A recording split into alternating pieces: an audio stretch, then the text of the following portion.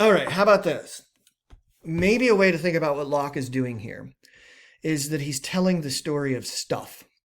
He is laying out for us a theory that explains how it is that you and I can come to acquire knowledge of the things that exist in reality and what they're like. That you and I can go out and experience a banana or experience swimming in the ocean. And because of these experiences, we can develop knowledge about what the ocean's like in reality. We can come to some conclusions about what apples are like, what these things outside of ourselves are like. Okay, there's two important features of Locke's theory we want to take note of, though. One is that Locke is not asserting we're having an unmediated experience of the stuff of reality. We're not experiencing it directly and unfiltered. Instead, he acknowledges, no, we're having an experience of the stuff of reality, the objects that exist in physical reality, that's mediated, okay? That the experiences that we have are the result of some kind of interaction between our sense organs and the properties of the stuff that exists external to us. So that when I experience that apple or that ocean, what's really happening is that my sense organs are picking up on the qualities of the ocean or the qualities of the apple and then giving me an idea, right? I conceptualize that sense data into an idea of what reality is like. And so what Locke acknowledges is the way that you and I think about reality is as a representation, right? And it's a representation that's been created by this interaction between our sense organs and the properties that the things in reality possess. And Locke would probably fully acknowledge that if we were to have different types of sense organs, say, for example, the eyes of a mantis shrimp, that I might have a very different understanding of what apples are like. Okay, because I would be perceiving different things about them. I would be seeing different things about them, and I might be seeing things differently if I had mantis shrimp eyes. But what's important here for Locke is that no matter what your sense organs are, you're still having some sort of interaction with this object that exists in physical reality. And so the second important point here for Locke's theory is that there is a physical reality that exists, and the nature of the experiences of the things that we have and the knowledge that we come to acquire about the things that exist in this reality is very different than it would be were we dreaming or plugged into a matrix or a metaverse, right? Locke would say that in that situation, we might be having mental events and think we're seeing things, but they would be synthetic. They wouldn't be real in the way that Locke talks about the physical objects of reality being real. Locke believes there is good reason to believe that apples exist in physical reality because apples, there are these things called apples that possess properties that we can detect with our sense organs. But there's a problem. We might call it Locke's substance problem. And here we're thinking about substance like we would think about thing. What's a thing? Well, we could say, for example, our water bottle is a thing. Well, how do we experience this thing called the water bottle? Well, we experience it, as Locke says, through our sense organs. We can pick it up and feel the weight of it or the shape of it. We can look at it and see its color and see the lid of it. We can use it to make noises. And Locke is saying this tells you there's a thing there because this thing possesses these qualities or these properties of like blue or 2 pounds when it's full of water or hollowness. It possesses these properties that your sense organs can pick up on. So you know there's actually something there. There's something there, and that thing possesses certain properties or qualities.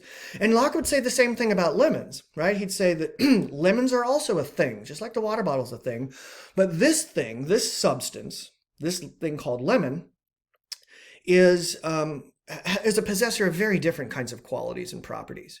Can you think of any of the qualities or properties that you might ascribe to lemons?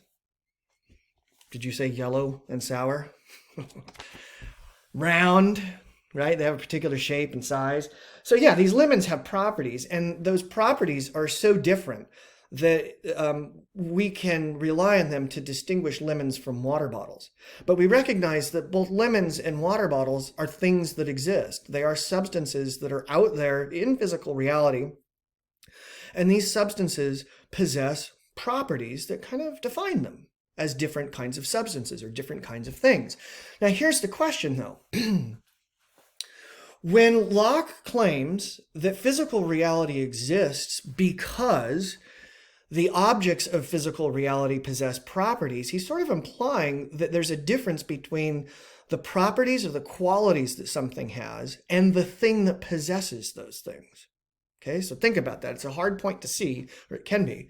When you claim that a water bottle is different from lemons, and you're making that claim because these things have different properties, you're implying that there's a thing that possesses those properties.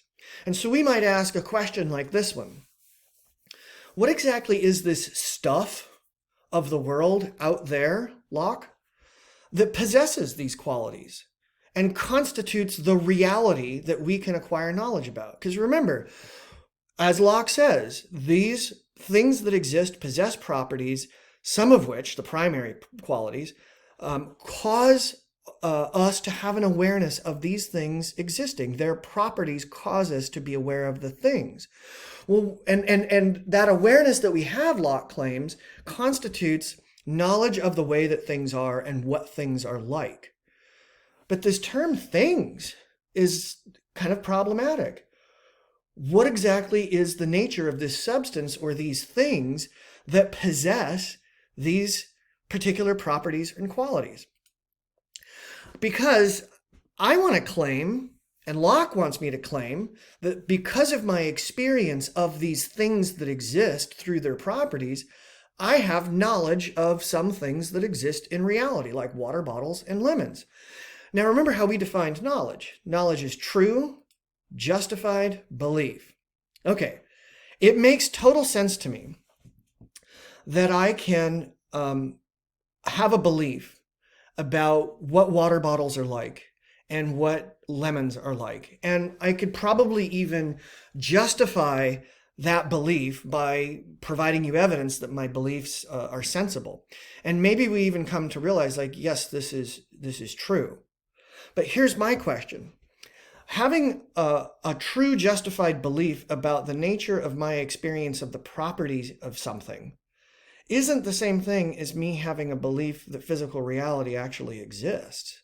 Because I've never actually experienced any of the thingness or the substance that is said to possess the properties that I actually get to experience.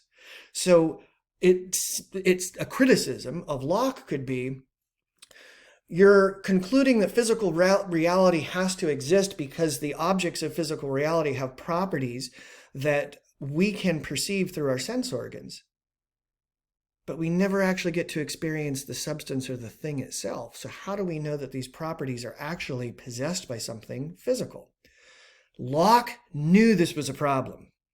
He even wrote, "So that if anyone will examine himself concerning his notion of pure substance in general, he will find he has no other idea of it at all, but only a supposition of he knows not what support of such qualities which are capable of producing simple ideas in us." Oh, not the smoothest prose. But essentially what Locke is saying is like, yeah, if anybody thinks about all the ideas that they have about reality in their minds, they're going to realize that when they try to get down to what the actual physical things are that exist beyond or aside from the properties that these physical things supposedly possess, you're going to find that you get caught in kind of a cage, kind of a trap. I don't ever have an experience of the things and the substances themselves, only their properties. So on what basis can I make the claim that physical reality is something that exists and I have knowledge of? So this is a problem, and we need somebody to step in and help us fix it. And Bishop Barclay is going to do just that.